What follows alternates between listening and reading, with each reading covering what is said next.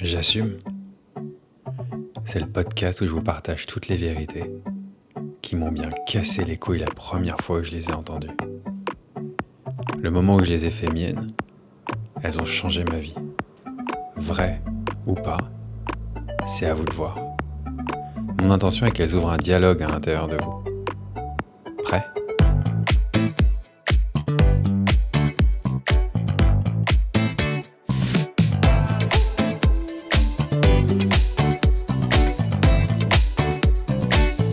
De J'assume un peu particulier, où c'est une interview où j'intervenais pour Bastien dans son podcast Bastache. C'était tellement juste et aligné avec assumer mes addictions, ce que je peux vivre, ce que je peux ne pas parfois montrer sur les réseaux, pour dire il y a le Marc de devant et il y a qui je suis. Et comme moi, c'est quelque chose qui me tient à cœur, qui est pas que je garde.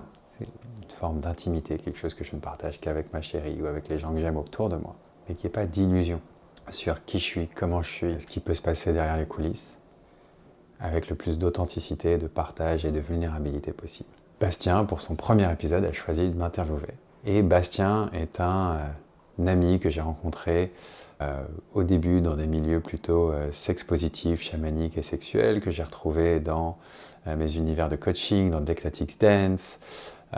Et on a beaucoup échangé souvent sur les sujets de la masculinité, de nos addictions, de ce que c'est qu'être un homme, de ce que c'est qu'être un être humain. Et c'est vraiment quelqu'un que j'apprécie énormément. Je vous partage l'échange que nous avons eu, tous les deux, autour de l'addiction. Salut Bastien. Et en fait, on se connaît depuis un petit bout de temps, et puis au travers de nos discussions, il y a le sujet de l'addiction qui est revenu plusieurs fois. Et notamment un sujet que moi je connais pas très très bien, mais qui est le sujet de l'addiction aux jeux vidéo, parce que c'est pas une addiction qui me concerne. J'ai envie de te demander comment tu vas déjà. Là bien, je sens que ça bouillonne dans le cœur, parce que c'est un sujet dont je parle, mais je parle pas rarement en profondeur, que ces dernières années, il est parti, revenu, et que ces dernières années, il s'est mélangé avec beaucoup d'argent. Et je l'ai pas forcément dit à beaucoup de gens, enfin je l'ai osé le dire à quelques personnes et donc ça a été cool, mais tu vois, oser assumer pleinement tout l'argent que j'ai pu investir dans des jeux de téléphone ces dernières années, ça vient challenger un truc à l'intérieur de moi, et en même temps d'assumer, ça fait partie du chemin que je me suis fait faire et qui me permet d'être là où j'en suis aujourd'hui. C'est marrant, t'as utilisé le mot investir. Je suis tellement heureux d'avoir choisi le mot investir inconsciemment, parce que je pense que je l'ai même pas, tu vois, j'ai même pas pris le temps de le penser. Parce qu'à un endroit pour moi aujourd'hui, j'aime dire que j'investis, tu vois, dans tout. Tu vois, j'investis dans ma voiture, j'investis dans du coaching, j'investis de mon temps. Ça a été un gros boulot que j'ai fait il y a un an et je vois que ça a changé tu vois, par exemple, quand quelqu'un achète une de mes séances, il est en train d'investir chez moi, il n'est pas en train de dépenser de l'argent, et c'est pareil pour moi, tu vois, j'investis mon temps avec toi, et donc je préfère me dire que j'ai investi du temps à créer quelque chose, même de virtuel et peut-être d'un peu fou, que de me flageller et de me dire à dépenser, parce qu'il ne va pas m'aider à sortir de l'addiction et à m'aimer et à m'accepter, tu vois. Ouais, c'est super beau, je résonne complètement avec toi là-dessus. Ok, j'arrête de voir mon addiction comme un problème, mais j'essaie d'être doux avec moi-même dans ma relation à l'addiction encore. Exactement. Pour moi, ça va être au cœur, je pense, de l'échange. J'ai un comportement addictif, je le sais depuis que je suis petit.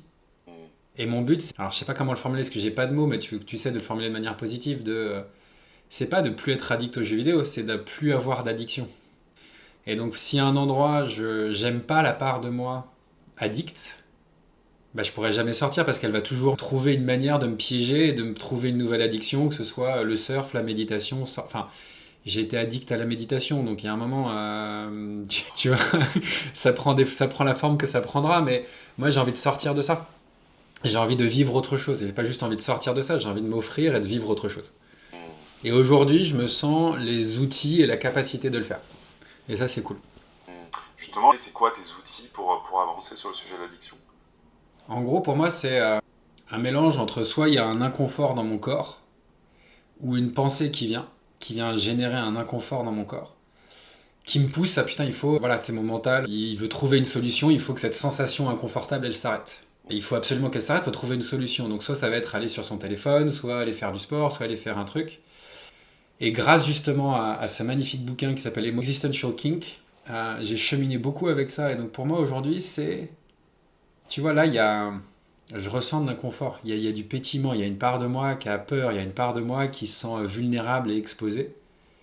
Et si je prends le temps de respirer dedans et de voir derrière c'est quoi les sensations, et de vraiment vivre le senti, au-delà de ma perception, au-delà de mon label émotionnel, en fait, il y a quelque chose de très sensuel, d'érotique, dans tout. Et une fois que je me connecte à cet endroit-là, que ce soit de la honte, de la colère, de la joie, en fait, l'énergie qui était en tension, elle devient un potentiel de croissance plutôt qu'un truc qui vient me buter, quoi, et qui vient me mettre en tendu, tu vois. Je passe d'une tension qui peut soit devenir tendue, soit un potentiel de croissance. Et pour moi, aujourd'hui, c'est ça. C'est putain, ok. Comment ça goûte à l'intérieur de moi l'addiction? Là, ok, je suis en train de vivre un moment où j'ai envie de... Tu vois, hier, on va parler crûment, cette semaine, je lance une formation en ligne. Il y a eu un coup de stress, ça, je sais pas pourquoi, j'ai eu envie d'aller éjaculer. Enfin, tu vois, il y a eu un truc de il faut que je me branle, tu vois, faut que la pression, elle sorte. Donc j'ai commencé à aller sur un site porno, j'ai fait respire. Reste avec cet inconfort, reste avec cette sensation de mal-être qui est à l'intérieur de toi et respire dedans. Et vis là, et goûte là. Et en fait, en la goûtant, et c'est vraiment l'invitation qu'a là Caroline Elliott dans son livre et que moi aujourd'hui vraiment je m'applique, c'est à force que cette sensation elle devienne agréable pour moi, à force que tu vois l'inconfort ou le mal-être ou l'addiction ou la honte devienne en fait une sensation que j'aime, bah, la prochaine fois où elle arrive, c'est joyeux quand elle arrive. C'est pas je suis pas en résistance, tu vois. J'adore, Marc, c'est exactement aussi moi ma pratique hein, pour contenir les moments d'intensité, quoi. C'est-à-dire d'essayer d'aimer cette intensité qui se passe à l'intérieur et de ressentir, en fait, apprendre à ressentir. Mais j'ai d'abord envie de te demander, pour toi, c'est quoi une addiction? Pour moi, c'est un comportement, un endroit que je maîtrise pas, que je contrôle pas, qui me désociabilise, qui me fait pas du bien. Enfin, tu vois, qui me fait un shoot d'adrénaline et de dopamine ou de ce que tu veux, je connais pas les trucs physiologiques. Qui fait, c'est un comportement qui me contrôle et pas moi sur lequel je choisis, tu vois. Par exemple, quand je joue aux jeux vidéo ou que je fais un truc ou je regarde une série, je me dis, allez, à la demi, je m'arrête. Puis à la demi, non, allez, encore 5 minutes de plus. Puis il se passe 1 heure, tu vois. Et c'est comme ça que j'en suis venu à voir que ma méditation était un comportement addictif. C'est la différence entre une habitude et une addiction. Il y a quelqu'un un jour qui m'a dit ça et ça m'a tellement vénère. Il m'a dit une bonne habitude, c'est une habitude que tu peux lâcher dans l'instant. Si tu peux pas la lâcher, c'est que tu es en dépendance d'elle. Et donc là, ça m'a refait revoir tous mes comportements. Parce que je pouvais pas lâcher ma méditation. Parce que à l'époque, j'étais très carré. Je médite 2 heures par jour, entre 7 et 8 et entre 19h et 20h. Et je devenais agressif, je pouvais être en colère, je pouvais m'énerver contre les gens si j'étais pas capable de prendre ce temps-là. Et donc j'ai fait putain merde, mon rapport à ma méditation est addictif. Je suis en dépendance de ça. Et donc pour moi, l'addiction, c'est un comportement, c'est une habitude qu'on a, qu'on peut pas arrêter. C'est-à-dire qu'on la choisit pas, c'est pas un comportement choisi. C'est-à-dire que par exemple faire du sport, c'est bon pour la santé, mais si tu sais pas faire autrement et que tu sais pas vivre sans, et que tu es obligé de faire du sport, bah, tu es dans une forme d'addiction et de dépendance. Donc pour moi, c'est ça. Ce serait ça. Ce serait l'opposé de l'habitude. C'est un comportement ou un truc que tu choisis pas. Tu saurais dire quand est-ce que tu as commencé à observer ces comportements addictifs, compulsifs? Quand est-ce que tu as commencé à mettre ta conscience dessus? Qu'est-ce qui s'est passé pour que tu dises, ah là, il y a un truc? Non, mais c'est très bien, mais ça fait commencer à plein de trucs sur les meufs. Moi, je suis né en 83 et j'ai dû commencer à jouer aux jeux vidéo sur l'Amstrad PC de ma sœur quand j'avais 4 ans, 5 ans. Donc, tu vois, j'ai commencé à avoir des écrans en 88, ce qui n'était pas le cas de beaucoup d'enfants à mon époque. Et je me souviens très bien que j'ai manqué des anniversaires surprises parce que j'ai préféré jouer au Mario 64 qui venait de sortir, que il y a une soirée du jour de l'an, j'ai préféré finir le Zelda Ocarina of Time plutôt que d'aller une soirée avec mes potes. que voilà, je voyais que je pouvais jouer plusieurs heures par jour. Et ce qui m'a donné envie de changer, c'est le jour où mon plus vieux pote, lui a arrêté, a revendu tous ses jeux et s'est chopé une meuf. Et je me suis dit, mais moi aussi, je veux me choper une meuf.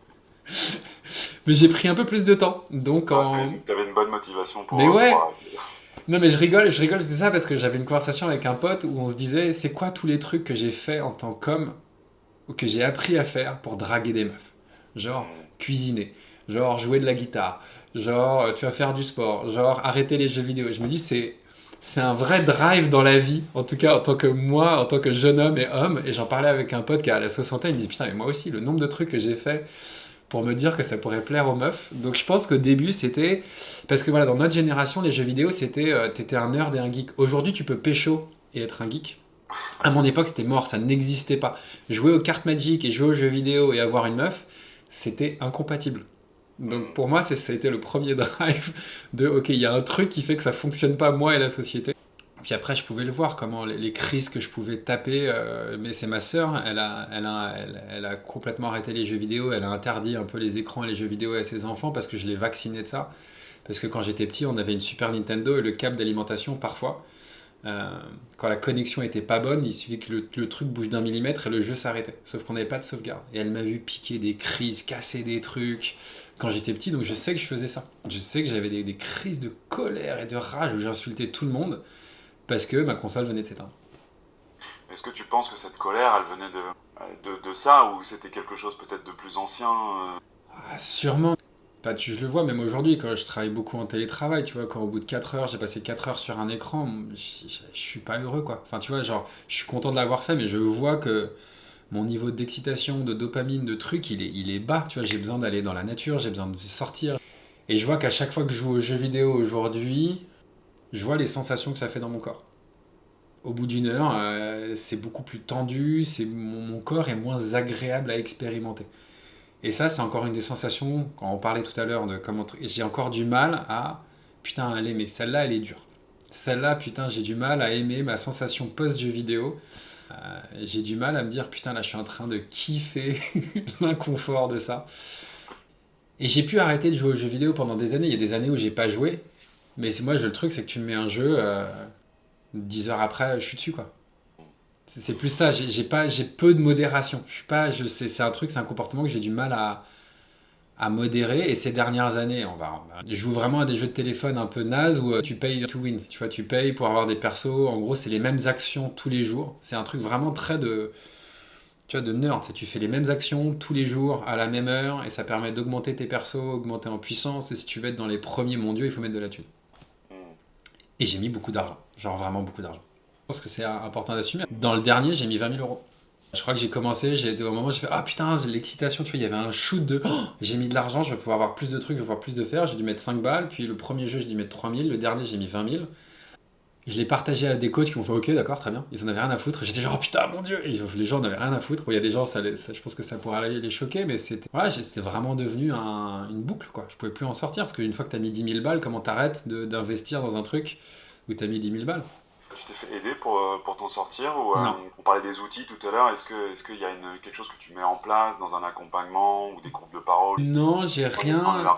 J'y ai pensé, mais je suis pas fan tu sais, de tout le truc de je suis un alcoolique ou je suis un truc. Le je suis, je trouve, m'enferme. Dire j'ai une addiction et j'ai des comportements addictifs, déjà pour moi, tu vois, c'est pas moi, enfin, c'est une part de moi, c'est un bout de moi. Et surtout, en plus, c'est là où ça vient, mon mental est un peu. Tu vois, le plus gros client que j'ai jamais signé en accompagnement et en coaching, qui était un PDG d'une multinationale française, je l'ai fait alors que j'étais en train de jouer à ce jeu et de dépenser cet argent. Donc tu vois, et que j'étais en couple, j'étais amoureux, professionnellement, c'était le meilleur moment de ma vie, et j'étais en train de faire ça. Et donc c'était marrant putain, il n'y a pas forcément de lien entre mon comportement addictif et ma réussite ou amoureuse ou professionnelle. C'est purement ma tête qui met des jugements sur c'est mal, c'est pas bien, si tu fais ça, tu vas pas y arriver, ce qui s'est passé un peu en ce moment. Et donc pour moi, c'est intéressant tu vois, si tu regardes Elon Musk, je crois qu'il y a beaucoup de trucs qu'il dit en ce moment, c'est un des mecs avec les plus gros comportements addictifs de la planète, et pourtant il est Elon Musk, tu vois. Et après, est-ce qu'il est heureux, est-ce qu'il s'épanouit vraiment à l'intérieur, ça c'est autre chose. Mais tu peux avoir des comportements très addictifs et réussir professionnellement. Après, c'est qu'est-ce que tu veux faire humainement, comment tu veux te comporter par rapport à ça. Et pour moi, c'était être libre de ça. Tu vois, jouer aux jeux vidéo, en soi, c'est rien. Si j'ai envie de mettre de l'argent et que j'ai de l'argent à mettre dans un jeu, il y a en soi, il n'y a rien de mauvais. Moi, j'ai le plus grand mentor que j'ai et qui, justement, je pense, m'a vachement aidé sur ça. Depuis 1 an, il joue 8 heures par jour. Et pourtant, mec, c'est le mec le plus fort et le plus balèze et le plus impressionnant que j'ai vu de ma vie sur accompagner dans sa puissance, dans tout. Et pourtant, il joue. Mais il est en capacité, lui, par rapport à moi, à quand il joue, il est en permanence en train de créer à l'intérieur de lui, de manifester les choses. Il est toujours ancré. Genre, ça vient rien dévier. Sa conscience et sa présence, elle est en permanence là. Et donc, c'est là où pour moi, c'est intéressant de pas ah, ça c'est mauvais en soi. C'est quel est mon rapport à ça qui est mauvais. Tu vois, comme quelqu'un qui a des comportements addictifs et qui perd des millions au casino, et le champion du monde de poker qui va quand même miser 1 million, mais qui sait utiliser, qui sait rationaliser, tu vois, qui est potentiellement détaché par rapport à la somme et qui en fait son métier. Tu peux avoir des gens qui jouent au poker et qui sont, tu vois, à la rue addictifs et d'autres qui sont millionnaires et champions du monde. Ouais, ça me fait presque, ça me pourrait me faire dire qu'en fait, celui qui perd, c'est celui qui est addict, et celui qui gagne, il est pas addict, il joue peut-être pour jouer ou juste pour kiffer, mais peut-être qu'il n'y a pas de rapport addictif. Après, est-ce que c'est dans la victoire ou la perte? Je pense que c'est dans ton... En tout cas, moi, aujourd'hui, j'ai envie de le vivre avec légèreté. C'est pas léger encore pour moi, le jeu vidéo. Tu vois, hier il y a une part de moi... j'ai recommencé un jeu, j'ai dû mettre 500 balles. Là, j'ai arrêté. Ça fait 2 jours et hier soir, j'ai eu l'envie de remettre un jeu. Et je sais très bien pourquoi j'ai envie de remettre un jeu. Parce que si tu me demandais pourquoi, c'est parce qu'il y a un endroit, dans ces jeux-là et dans ça, et depuis toujours, c'est un endroit où je me sens puissant. Où je vois concrètement comment je monte des paliers, des niveaux. Tu vois, en gros, dans les jeux, pour moi, ce que je préfère, c'est les jeux de rôle, ces trucs où tu montes des niveaux, tu as des armes de plus en plus puissantes, ton personnage est de plus en plus puissant. Donc il y a une forme d'addiction dans un endroit imaginaire. J'ai du pouvoir, j'ai du contrôle, j'ai de la maîtrise, que ce qui n'existe pas, ou pas de la même façon dans ma vie de tous les jours. Récemment, il y a eu un truc, en fait, ça m'amuse plus d'être fort dans ma vie que dans un jeu. Ça m'amuse plus de mettre ce temps-là à aller apprendre de la guitare, à aller bosser 1 heure de plus, à prendre 1 heure de plus avec ma meuf pour discuter et améliorer, affiner et profiter de quelque chose de plus dans mon quotidien. Et je pense que ça a changé. Ça m'amuse plus de jouer vraiment pleinement Marc Dujardin. Et après, je kiffe regarder des séries, je kiffe jouer, je kiffe faire des jeux de société, mais le rapport et la sensation à ça est différente. Est-ce qu'il y a des addictions que tu as, avec lesquelles tu n'as plus de rapport addictif, justement? Méditation, c'est plus là, j'ai plus de rapport addictif à la méditation. Bah là, j'ai quasiment arrêté pendant 3 mois. Là, je reprends par plaisir parce que ça me fait du bien, que ça me pose. Mais tu vois, je peux.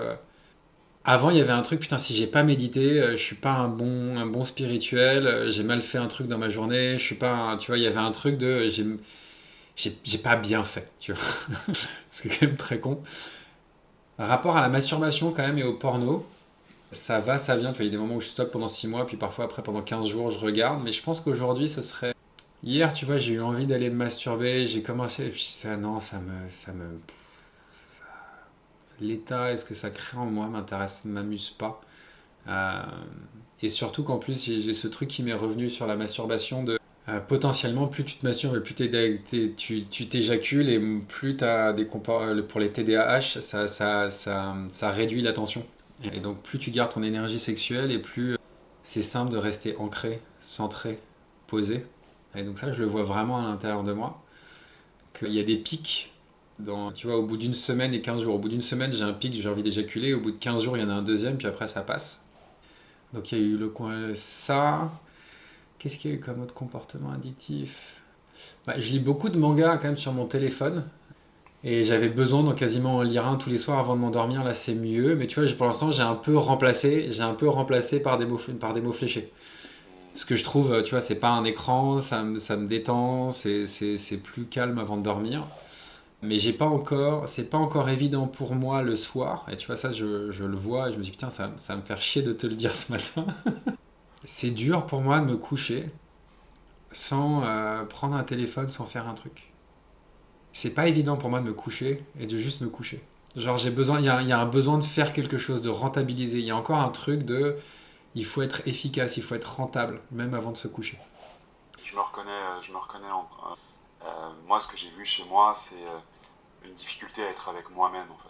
Une difficulté à être avec moi-même dans le silence avant de me coucher. C'est-à-dire que le moment du sommeil, Ouais. là où, quand on éteint la lumière et quand il n'y a plus de téléphone, c'est là où je vais ressentir peut-être du stress, de l'inconfort, la peur de mourir la nuit, la peur de ne pas me réveiller.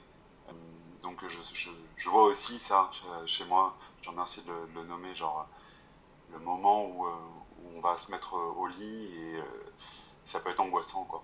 Euh, donc maintenant, je mets en place des pratiques avant d'aller dormir.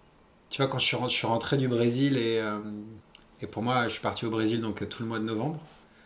Et c'est vraiment le moment où pour moi, j'ai capté qu'en fait, je préférais passer une après-midi à faire des jeux de société avec mes potes, à aller prendre un café avec quelqu'un que d'aller seul sur la Lune.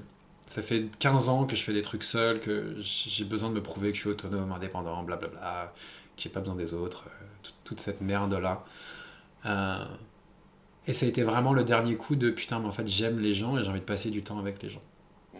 Et quand je suis rentré et pendant ce mois-là, j'ai joué tous les jours au 4 Magic avec mes potes, on crée tous les jours des trucs de taf. Et j'ai vu des gens tous les jours et des gens que j'aimais profondément tous les jours. Je suis rentré chez moi, dans cet appart. Tu vois, seul, 40 ans, enfin 41 ans, célibataire, pas d'enfant. Et putain, les premiers jours, là je le ressens, j'ai eu du mal à goûter la solitude. Hmm. Cette solitude que je pense pas tant de gens connaissent parce que quand t'as des enfants, tu sais, c'est pas la même solitude, tu vois. Et j'ai un pote qui m'a accompagné justement à ce que je fais de plus en plus en ce moment. Est-ce que tu peux goûter la solitude? À quoi ça ressemble, tu vois? Est-ce que tu peux prendre le temps d'accueillir la solitude et de la vivre tranquillement, tu vois, de la ressentir? C'est Osho qui disait souvent que son émotion préférée c'était la tristesse. Et j'aime bien ce côté un peu disruptif de bah là, t'es en train de vivre de l'isolement, vis-le, goûte-le. Bah là, dans l'instant, quand je m'y connecte, il y a une boule dans ma gorge, il y a de la tristesse qui est là et qui sort pas encore complètement. Mais dans le reste du corps, il y a du pétillement, il y a du relâchement, il y a de la lenteur. C'est doux, c'est c'est super doux. Euh, Quand tu te laisses pleinement traverser, pas par l'émotion, mais juste par la sensation qui est derrière. Et c'est vraiment. Et pour le coup, je remercie mes années de Vipassana pour m'avoir enseigné ça. Et tu vois, et c'est de. Au début, quand tu t'observes votre Vipassana, c'est t'observes les sensations dans ton corps. Et parfois, tu peux avoir des trucs un peu gros, un peu durs et tout. Et en fait, tu regardes que n'importe quelle sensation dans ton corps, c'est comme un rocher. C'est quand elles sont grosses et douloureuses. Tu vois, le rocher, il a l'air dur, il a l'air vrai, il a l'air solide. Sauf que tu sais qu'à un niveau atomique, c'est purement des neutrons et tu vois, et des trucs, si il est en mouvement le rocher à l'intérieur. Il est en vie, il est en mouvement. Nous, on le voit pas. Hmm. Et ben c'est pareil pour toutes tes émotions, toutes tes sensations. Derrière ta sensation de douleur, maintenant, en fait, elle a l'air d'être un gros paquet comme ça. Mais en fait, si tu arrives à affiner ta conscience et ta présence, en fait, tu vas ressentir tous les picotements qu'il y a derrière, tous les mouvements qu'il y a dedans. Et une fois que tu te connectes là, mais en fait, c'est du mouvement, c'est de la vie. Mais ça demande du temps, effectivement, et de la conscience de. Putain, c'est marrant, je suis en train de downloader là, je suis en train de le voir là pendant que je te le parle. D'aller au-delà de ce que ton mental a l'habitude de dire, mais en fait, ça c'est dur. Mais non, c'est dur en apparence, mais si tu arrives à l'intérieur de toi, est-ce que tu peux le faire? Tu peux voir ce qu'il y a derrière. Hmm. Comme une invitation à passer du temps avec ce qui fait mal, en fait, peut-être. Bah, la souffrance et ce qui fait mal, c'est le jugement qu'on met dessus.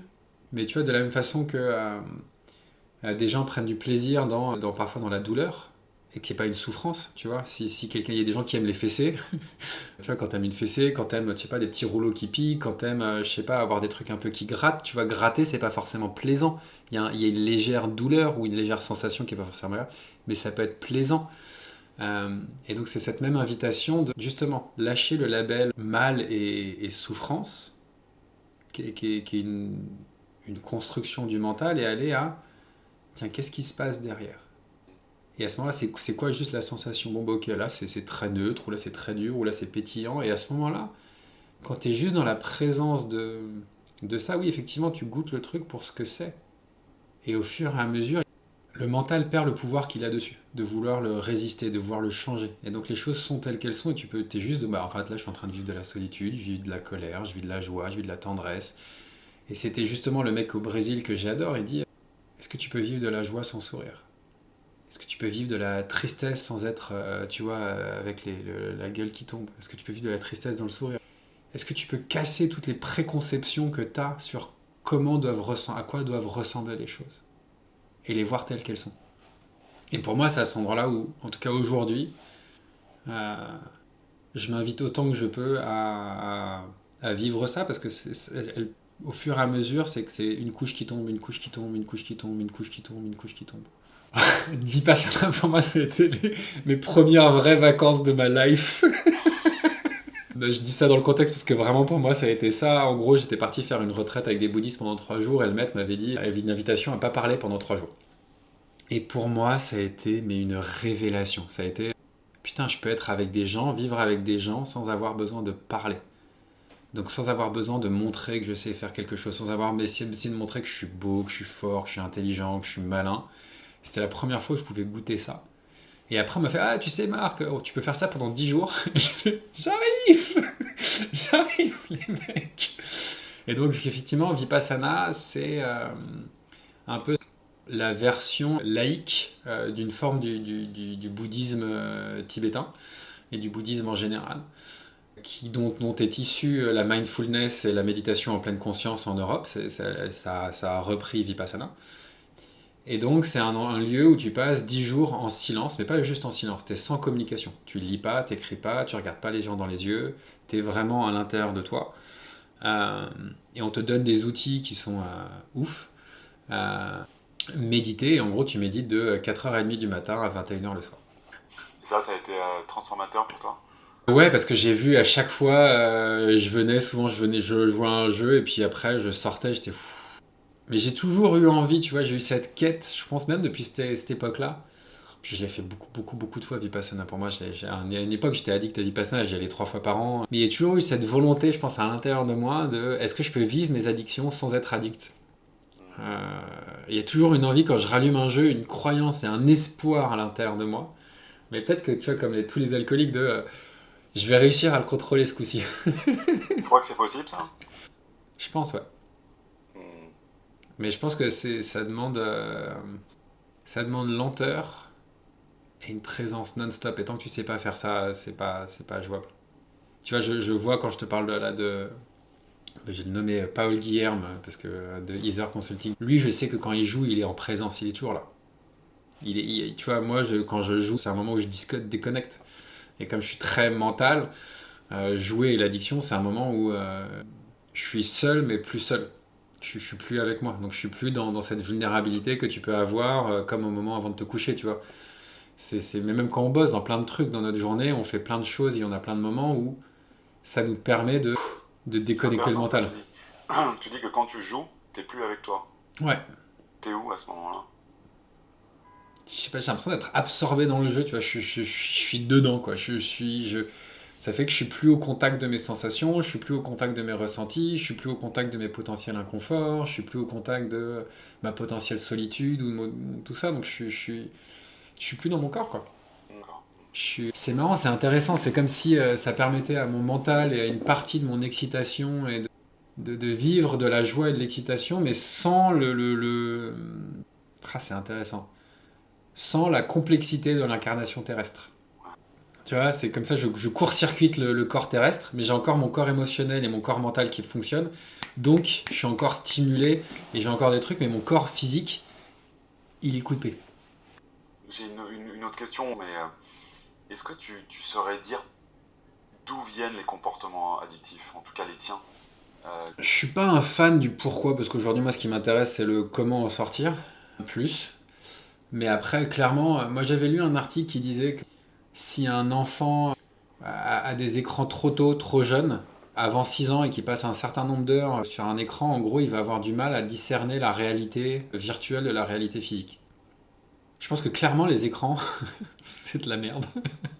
Enfin, tu vois, c'est pratique, mais à un endroit, c'est de la merde. Enfin, tu vois, je le vois, l'effet que ça a de passer une journée de télétravail. Tu vois, si je sors pas et que je fais pas de sport, tu vois, hier, ça faisait 2 jours que j'étais pas sorti de chez moi. J'étais, oula, non, c'est très rare pour moi que ça m'arrive, mais là, j'ai plein de taf et j'ai plein de trucs.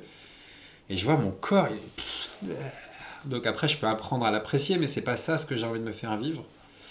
Et après, clairement, petit, Mes parents étaient pas là, s'occupaient pas beaucoup de moi. J'ai eu des jeux vidéo très jeunes et j'ai passé beaucoup de temps à jouer. C'était pas funky à la maison, enfin tu vois, plein de trucs comme ça. Mais ma sœur, elle est pas addict, mais en même temps, on n'a pas exactement le même âge. Et puis après, je sais rien, peut-être que ça peut être, tu vois, un truc de. Je suis potentiellement. Dans les trucs, j'ai jamais fait les tests et ça m'intéresse pas, mais tu vois, souvent on me dit que j'ai potentiellement TDAH et HPI. Et donc potentiellement, j'ai eu besoin d'avoir des échappatoires et d'être stimulé. J'en parlais avec un pote, on en parlait hier, le besoin d'être stimulé, la difficulté de l'ennui. C'est important pour moi d'être stimulé, tu vois, c'est ne pas être stimulé. Dès que j'ai un moment de vide et que je sens que je vais pas être stimulé, c'est un peu le moment où j'ai envie de prendre un truc, tu vois. Si demain tu rencontres quelqu'un qui te dit ouais, mon fils est addict aux jeux vidéo, ma fille, euh, qu'est-ce que, qu'est-ce que je peux faire? Qu'est-ce que tu répondras? Passer du temps avec eux déjà. Moi, j'ai quand même cette ferme croyance. Je pense que c'est plus qu'une croyance, quoi. Enfin, c'est les parents qui détiennent les clés de la qualité des relations avec les enfants. Euh, et pas l'inverse. Enfin, au bout d'un moment, tu peux lâcher, tu vois, ça en tant qu'enfant et libérer tes parents de leurs devoirs. Euh, mais j'ai écouté pas mal de podcasts sur l'enfance, sur les trucs HPI et tout. Et tu vois, je l'ai vu dans une de mes familles à côté. Ma mère s'est remariée avec quelqu'un et qui avait déjà deux enfants et en tout ont huit petits-enfants et quasiment aucun ne joue aux jeux vidéo. Et une des constances dans cette famille, c'est qu'ils passaient tous du temps, tout le temps ensemble. Euh, et donc moi, je pense que c'est passer du temps de qualité. Après, c'est j'oserais frustrer mes enfants, et surtout dans notre société aujourd'hui avec toutes ces conneries d'éducation positive de merde là. Frustrez vos enfants, arrêtez de les rendre droits, apprenez à les frustrer, apprenez à ce qu'ils s'ennuient, acceptez qu'ils piquent des crises mais que plus tard ils vous remercieront. Enfin, tu vois, pour moi, j'ai un peu cette image de. Tu sais, quand les gens sont vraiment drogués à des drogues dures et que tu les vois, tu sais, enfermés, grelottés et tout, et pendant un moment, ça va être l'enfer. Acceptez que potentiellement, pendant un moment, ça va être l'enfer avec vos enfants parce que leur système, il est fucked up et qu'il va falloir vraiment le sevrer, quoi. Et après, c'est poser un cadre, quoi, de ça. Et en même temps, pour moi, il y a cette ambivalence parce que tu peux être un nerd et jouer aux jeux vidéo et devenir Elon Musk. Enfin, tu vois, il n'y a pas de règle à la réussite, tu vois. Est-ce que tu peux utiliser c'est comment tu travailles à côté, qu'est-ce que tu crées, parce que tu peux devenir un créateur de jeux vidéo, tu peux devenir, tu vois, ça peut t'inspirer des carrières, ça peut inspirer des trucs. Donc pour moi, il n'y a pas de règle en soi. C'est est-ce que ton enfant il est encore sociable, est-ce que tu peux encore lui parler, est-ce qu'il est encore, enfin tu vois, c'est. Mais pour moi, vraiment, l'important, c'est de prendre du temps de qualité avec eux, quoi. Et d'aller partir en vacances, de prendre sans l'écran, de laisser l'écran de côté pendant une semaine, 10 jours et de partir, quoi. J'étais en train de me faire une réflexion, je me disais ok, on va pas faire que des Elon Musk, Non. on va essayer. Non, mais c'est juste pour dire que tu vois, il n'y a pas de règle. Il y a des nerds qui ont. Après, tu vois, je suis pas sûr que j'aurais envie d'être à l'intérieur d'Elon Musk, tu vois, Mark Zuckerberg ou plein de gens. Et en même temps, il y en a d'autres, tu vois, il y a des Steve Jobs, il y a des gens qui sont inspirants et qui ont utilisé j'allais dire d'une certaine façon, leur névrose ou leur addiction à créer d'autres choses. Et donc, c'est comment tu utilises cette énergie, comment tu utilises cette capacité de pouvoir reproduire la même chose et la même tâche de manière un peu. Comment tu peux parfois être monotâche dans notre société, c'est fonctionnel, tu vois. Quand tu apprends un instrument de musique, bah, tu dois répéter, répéter, répéter, répéter, répéter. Et il y a un moment où c'est un peu couillon, mais cette tâche, elle est très répétitive et que pour certaines personnes, savoir faire ça, bah, ça te permet d'apprendre un instrument, ça te permet d'apprendre à coder, ça te permet d'apprendre des langues, j'en sais rien, tu vois. Il y a plein de. C'est pas mal en soi, c'est quel est le rapport et quel monde tu as envie de créer pour tes enfants, mais après ils sauront mieux que toi. Enfin, à certains endroits, ils savent mieux que toi, quoi. C'est beau. Ouais. J'ai une question que j'aurais pu te poser au début De l'entretien avec un vampire. L'addiction. non, mais j'ai envie de te demander pourquoi t'as accepté mon invitation. Un, parce que je crois quand je t'ai vu créer ta chaîne sur l'addiction, je me suis dit putain, c'est un sujet qui me plaît bien et j'aimerais pouvoir accompagner les gens et tu vois à ça, mais je me dis c'est pas ma spécialité. Je me sens encore trop pris dans mes addictions et dans mes trucs pour. Je me sens encore trop pris dans mes addictions pour pouvoir accompagner les gens sur ça. Et que là, en ce moment, bah, c'est quelque chose avec lequel j'ai aussi bataillé. Tu vois, enfin, ça a été pour moi une bataille pendant longtemps. Et aujourd'hui, c'est dire comment trouver et comment faire la paix avec ça. Parce que tu vois, moi je vois souvent dans les films américains, dans les Je suis alcoolique, il y a beaucoup de contrôle. Enfin, j'ai l'impression que les gens sont heureux et ont réussi à sortir, mais il y a quelque chose de très... Tu sais, c'est des barrières. Et comme pareil, je suis pas un grand fan, j'aime bien l'hypnose, mais je suis pas un grand fan de, tu vois, de l'hypnose. Il y a un truc de... J'ai envie de montrer, de proposer que tu peux le vivre différemment. Tu peux commencer à kiffer ton addiction, ou en tout cas la chose qui te mène à l'addiction, sans passer à l'acte. Sans avoir besoin de contrôler, sans avoir besoin de maîtriser, sans avoir besoin de dire c'est mal. Non, tu es juste en train de vivre une sensation. Et ton mental essaye de t'en sortir. Et donc pour moi, c'était venir un message d'espoir pour moi, parce que je me vois m'en sortir, que je vois mon rapport à ça, que là, ça fait 2 jours que j'ai pas joué et que j'y pense quasiment pas. Euh, que j'ai des moments, tu vois, des moments d'inconfort, mais pour moi, c'était vraiment venir proposer et dire qu'il y a de l'espoir de le faire dans la tendresse, tu vois, de vraiment accueillir son addiction sans la rejeter.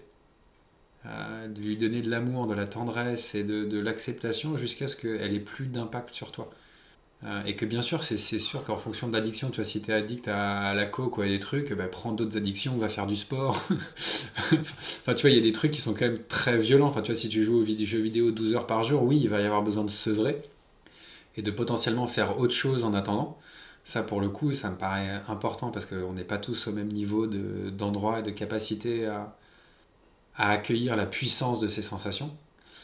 Euh, mais petit à petit, tu peux, une fois que tu as des trucs plus simples, tu vois, où c'est plus sain à l'intérieur de ton corps, parce que c'est quand même mieux d'avoir une addiction à la salle de sport qu'à la coke. Enfin, sur le long terme, ton corps, il te remerciera plus. Et moi, j'avais dit ça à mes potes quand j'avais 18 ans. Quand j'avais 18 ans, je me souviens, on est sorti d'un film, ils s'étaient foutus de ma gueule, j'aurais dit, moi, je veux avoir les addictions les plus positives possibles. Et ils s'étaient foutus de ma gueule, ils me disent, Marc, ça veut dire quoi? Je dis, non, mais je veux plus tard si j'ai des addictions. Donc je pense que tu vois, déjà à 18 ans, j'étais conscient de mes addictions. Et j'étais, je vais avoir des addictions au sport, je sais pas, au bien-être, à quelque chose. Tu vois, il y avait déjà ce truc-là. Donc je pense que il y a une première étape de prendre une addiction qui te fait du bien, quitte à ce que ce soit la méditation. Enfin, tu vois, il vaut mieux être addict à la méditation pour baisser le niveau de stimulation et de besoin de, tu vois, qu'on parlait de tout à l'heure de stimulation. Et ensuite, c'est pour dire à un moment, une fois que tu en es là, tu peux, comme je suis en train de le traverser en ce moment, vraiment en sortir et créer autre chose. Et avoir un rapport complètement différent à toutes les croyances que tu peux avoir, comme quoi c'est pas bien certains comportements. Non, juste tu peux, au bout d'un moment, à force de pratiquer ce qu'on pratique visiblement tous les deux, euh, tu vois, quand je regarde ça, et tu vois la sensation que là j'ai là quand je me connecte à ça, il y a de la tendresse et de la douceur par rapport à tout ça. Donc c'est pour ça que je suis là, c'est pour dire il y a un autre chemin que je connais pas et qu'on m'a quasiment jamais proposé dans nulle part, donc que j'ai quasiment jamais entendu nulle part pour s'en sortir. L'amour. Ouais, l'amour. À un endroit, l'amour de soi. L'amour total de soi. Ça me nourrit. Je trouve ça hyper beau. Je te rejoins sur l'étape en fait de transfert d'addiction de quelque chose de pas sain à quelque chose d'un peu plus sain. C'est marrant ce que tu dis, toi, c'est même mon addiction parfois à la bouffe. Bah, va boire un verre d'eau. Mm. Tu vois, plutôt que de prendre une barre chocolatée, bois. Mais tu vois, au moins, tu mets quelque chose qui fait du bien à ton corps. Et c'est marrant ce que tu dis, parce que vraiment, moi, c'était un des coachs qui m'a complètement bouleversé. Il m'a dit, mais si tu ne mènes plus aucune action qui te font du mal, tout ce qui reste, c'est de l'amour de toi, quoi.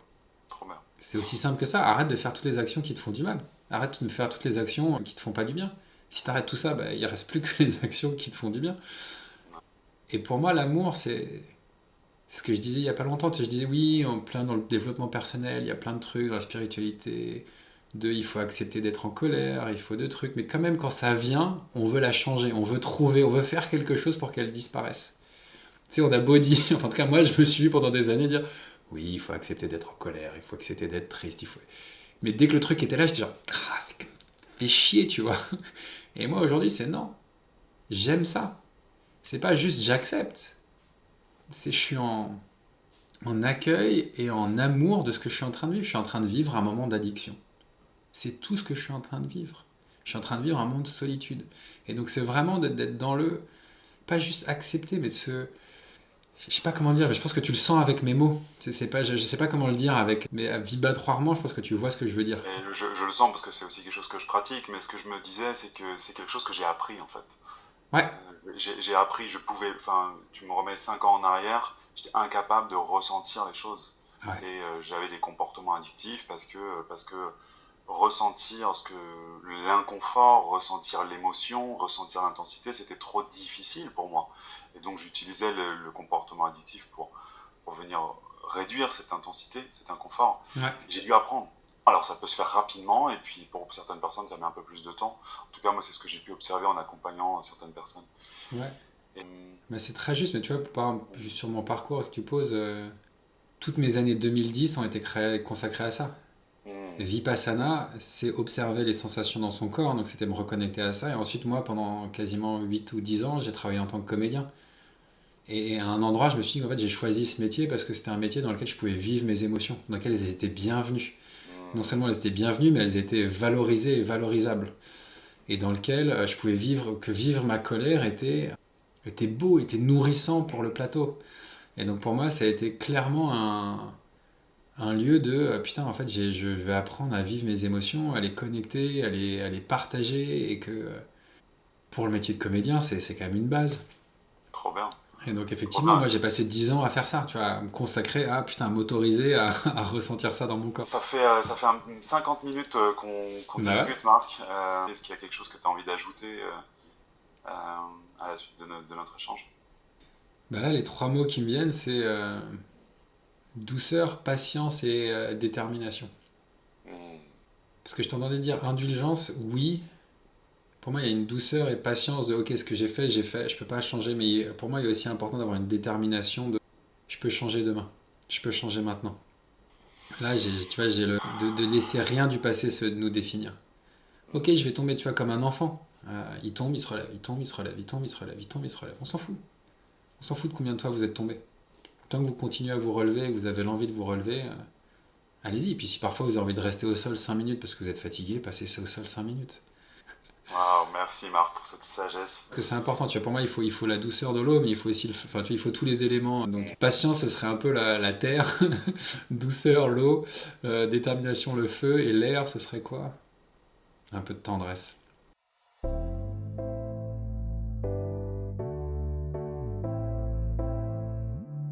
Merci d'avoir écouté cet épisode de J'assume. Si vous voulez soutenir le podcast et le diffuser plus largement, nous vous invitons à laisser 5 étoiles. On se retrouve dans 15 jours pour le prochain épisode. Vous pouvez aussi me retrouver sur Instagram pour découvrir plus de contenu.